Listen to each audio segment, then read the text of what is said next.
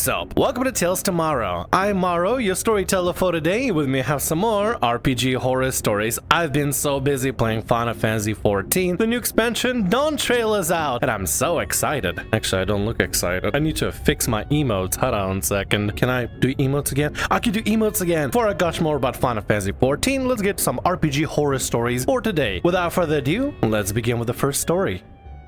DM triggers me for a cool story moment. This was a while ago during one of my first campaigns. My boyfriend at the time was DMing, and I am the person in-game with me and some friends. For my character's backstory, her family was dead and not in the picture. I've been going to therapy for some resurfaced memories about my family and didn't want to roleplay familial relationships while I worked through it all. The DM knew this and said he understood. That turned out to be a lie. At some point, he decided my character's dad survived and was still defending an abandoned temple Hiru Onoda style. I was never warned. The reason being, there's no way my character would have known, so I as a player didn't need to. The party met him and he was happy to reunite with his daughter. He was uncomfortable to say the least. Crap really hit the fan when my character defended an innocent from him. He turned on her and tried to kill her, calling her a traitor. She and the party were forced to kill him.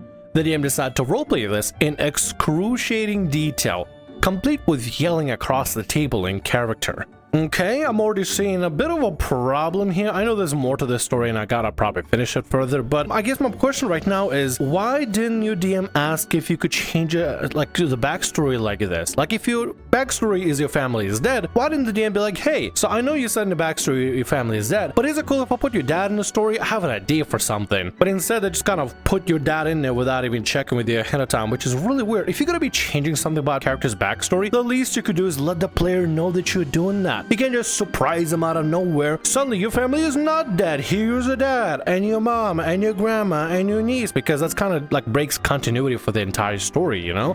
It breaks the fun for the player too. Remember that stuff I was in therapy for? Well, it turns out when you're suddenly forced to roleplay in a tabletop game, it messes you up a bit. Again, I was dating the DM at the time. He knew exactly why I was in therapy. Oh yeah, you're right. He was your significant other. Okay, so I guess the question now is, why is your significant other that knows that you're in therapy for this sort of thing, why are they pulling that stuff in without checking with you if that's an okay thing to do? If the guy already knows that you're in therapy because of family issues, why are they putting family issues into the game? As like what, like a coping mechanism? If you're gonna put stuff like that, at least check with your player ahead of time, especially if you know they're going through stuff. The least you can do is check with your significant other if it's okay to put the trauma into the game, even though maybe they might not be comfortable with it. The least you could do is just be like, hey, is that cool if I do that? No? Okay, I won't do that. That'd be the polite thing to do. That'd be the correct thing to do. But no, the game decided, hey, you know, trauma, I'm gonna put into the game and not tell you about it. For excitement, maybe. I don't know what the reason is. Probably for shock value, and that's my guess. I don't fully remember the rest of this session. People said I got really into the roleplay and just shut down after. Only one person at the table realized something was off, and it wasn't the DM. The DM actually came up to me excited after the session and asked if I liked it. I didn't. He was upset and went home to smoke about it. It took a week and an extra therapy session to process what happened. I can't believe the audacity of this guy just to be like, hey, do you like how I put your trauma into the game? You know how you tell me going to see therapists for your family stuff? Don't you like it how I put your family member into the campaign and have you deal with family stuff right then and there on a spot in front of everybody? It's like this DM is clueless. How do you not put the two and two together? Connect the dots.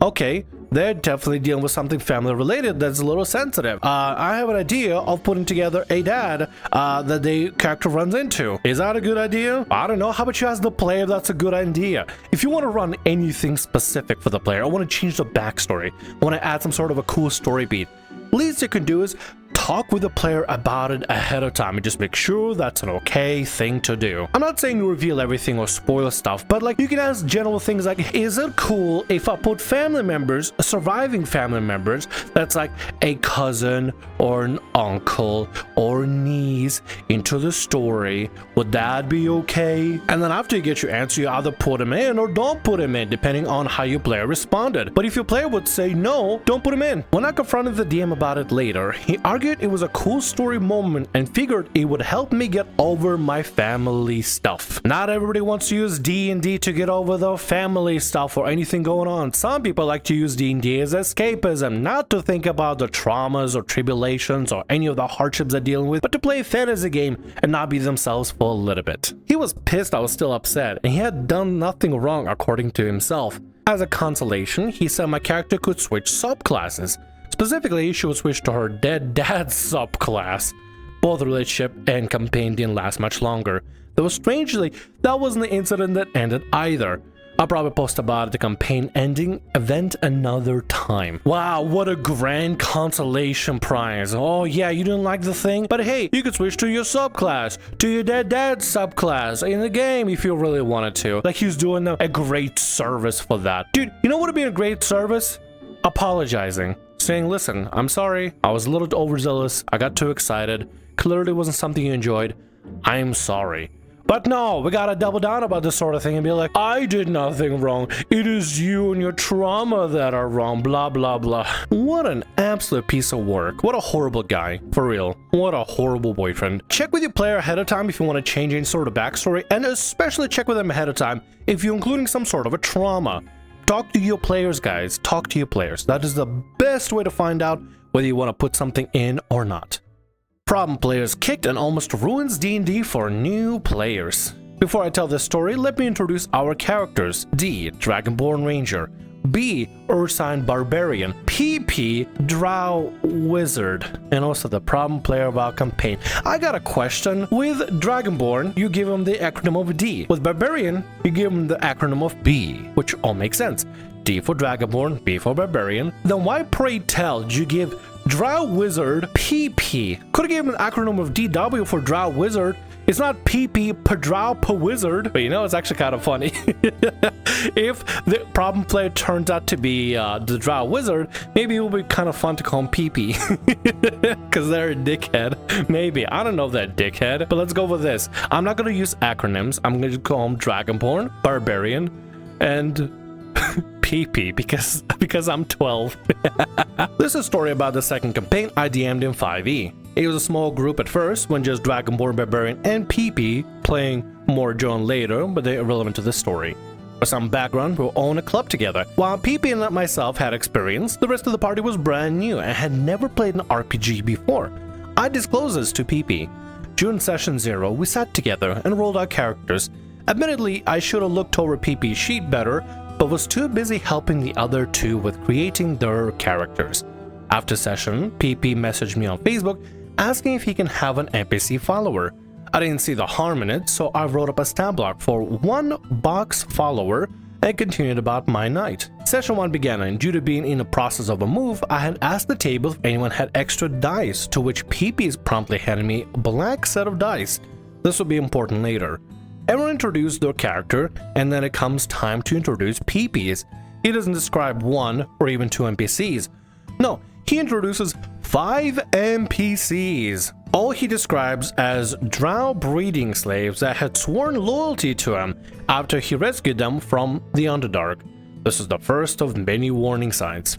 I was annoyed, but to keep from interrupting the flow of gameplay, I allowed it for the time being and came with ways to reduce them to the planned 1 NPC. Why would you agree with it right now and decide to change it later? The one thing you should have said is, hey, no, you can't do 5. You can only do 1 of them because I'm not gonna be running extra 4 NPCs for you. Also, why couldn't the follower just be like a regular follower? Why did it have to be like a breeding slave? Did you check on that, or was it just like the guy just asking, hey, could I just have a follower NPC? You said sure, and they just went to town with the whole idea. I was about to ask why breeding slave, but we all know why the breeding slave, because they just really want somebody to pork in the game. Listen, if you want to play some porking games, Steam has a lot of hentai games you can buy. A lot of them, especially the ones including elves if you really want to have your entourage of fornication, I suppose. They meet with a warforged who was a bookkeeper who invites them to his home. The party talks to him to discover his good friend has gone missing a few months prior on a business trip.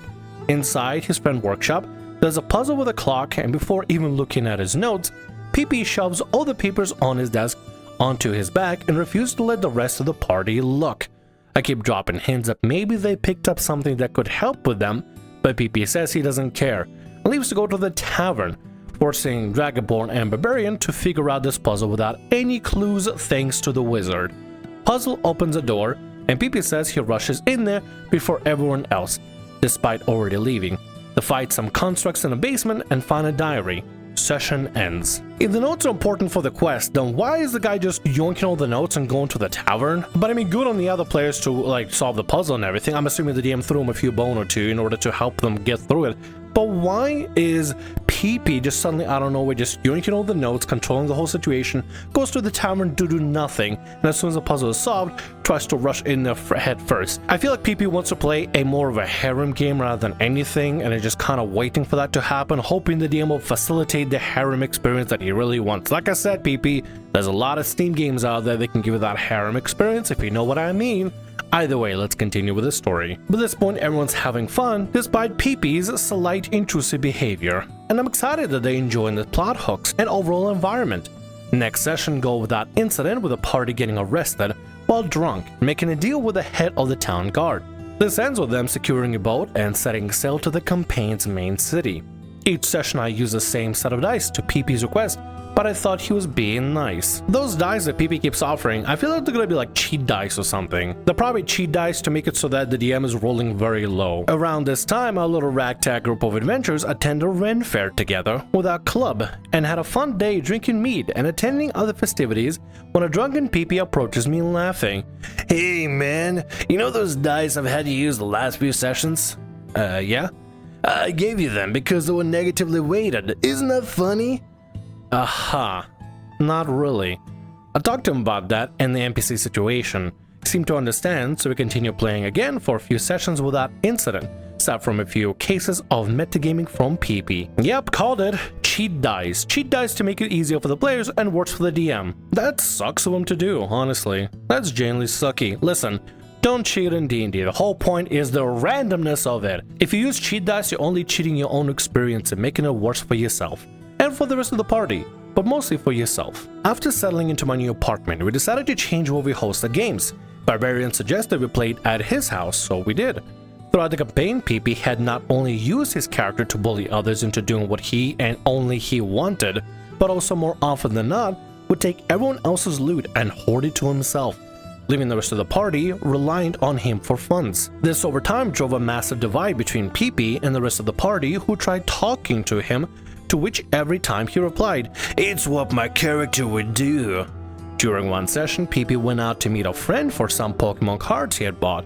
He then proceeded to brag to the party with his friends about how many DMs he got to rage quit, stating roleplay was unnecessary. "Your stats are all the roleplay you need," and listing off strategies on how to win D&D.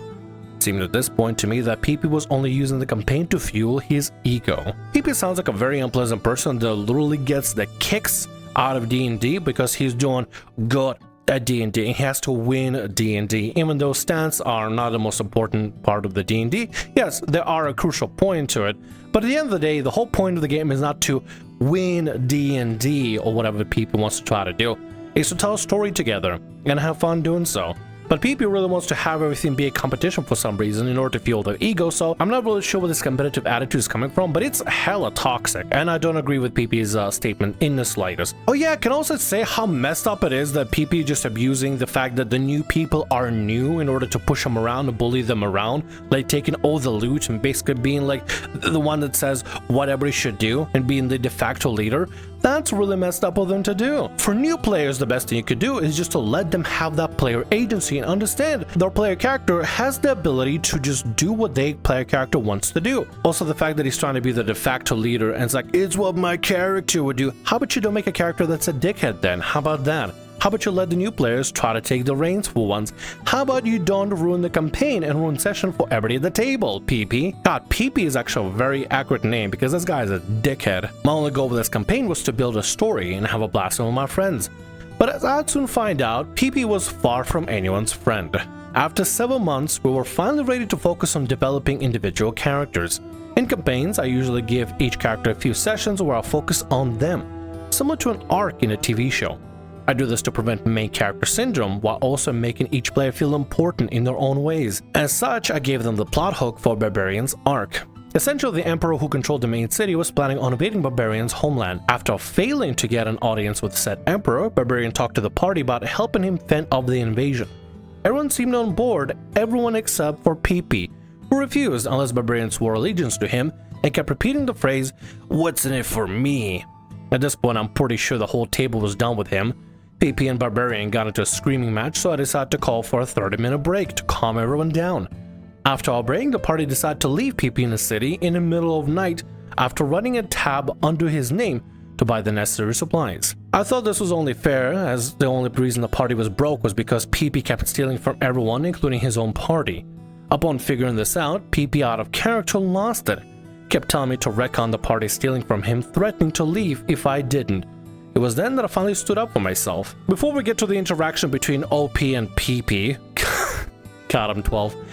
The fact that PP is offended after he specifically himself stole from the party and other people, that's kind of a messed up thing to do. But hey, if you're gonna be hoarding everything and gonna be the party's sugar daddy, you better make sure that you're gonna be the one to pay up, so to speak, and have the money on hand. I understand some parties have different dynamics, but what PP is trying to do is basically control the entire party. And while I don't agree with stealing from the party, in this situation, PP has stolen so much from the party and basically hoards everything from the money to the items from the party itself. So I think DM allowing the party members to yoink just enough to get through and try to fend off the invasion as an okay thing to do. Respectfully, this is my campaign. I don't have to do crap I don't want to do. Alright, when my food gets here, I'm leaving. Okay, fine by me. When his food finally came, he stayed and his bluff was called in front of everyone, and the rest of the session went fine. I again attempted to talk to PP about his actions to no avail. After this, we held a few more sessions, but anytime PP did anything remotely cringy, everyone rolled their eyes. It was apparent that the mood has been spoiled at the table, and members of the party had messaged me to express their distaste for PP, which started to make DMing feel like a chore. It wasn't long after that I kicked PP, who proceeded to blow up in our club's group chat before leaving. After kicking PP, everyone was a lot happier, and the campaign went on for another year and a half before concluding last week. While I'm at fault as DM for allowing PP's behavior to go on as long as it did, I'm beyond glad it didn't ruin TTRPGs for the rest of my friends. In fact, Dragonborn and Barbarian both DM their own campaigns now, and I'm proud to see how far they've come as both players and people. Edit. I know a lot of this is on us for enabling him. Before this, I was a very conflict avoidant, and this made me harder. In fact, we were all officers in a charity organization together, and we were worried about the effect table conflict would have on the ground outside of the game. Since this, I've learned to stand up for myself a lot more and also learned to vet my players before allowing them at my table. Making mistakes is the way that we figure out who we are as people, and you figure it out for yourself that you're somebody that wants to have fun with your party and your players instead of dealing with one single man-child that clearly wants to have everything for themselves and be the main character here. And finally, you decide to stand up for yourself, which I think is a great thing. I'm fully happy that you stood up for yourself and for your table, because you're not only affecting, by kicking PP, you're not only affecting your own enjoyment, but you're also affecting enjoyment of your table. And if removing PP makes everybody happier, then that's a good thing, and I'm glad you did that. Also, yes, setting up boundaries and standing up for yourself is a good thing. You should never feel bad about it. Always stand up for yourself and always make sure that people can't push you around, no matter if you're the DM or the player. I'm very happy for you, DM, as well as Dragonborn and Barbarian. And with that, that's gonna be all our stories for today. I want to thank you very much for watching, and thanks so much for being here. If you like what I do, consider subscribing to the channel and leaving a like. Also, if the RPG Horror Stories ever goes down, or if you want to submit your own personalized horror story, email is down in the description below. I'll see you again in more Tales tomorrow. Bye-bye.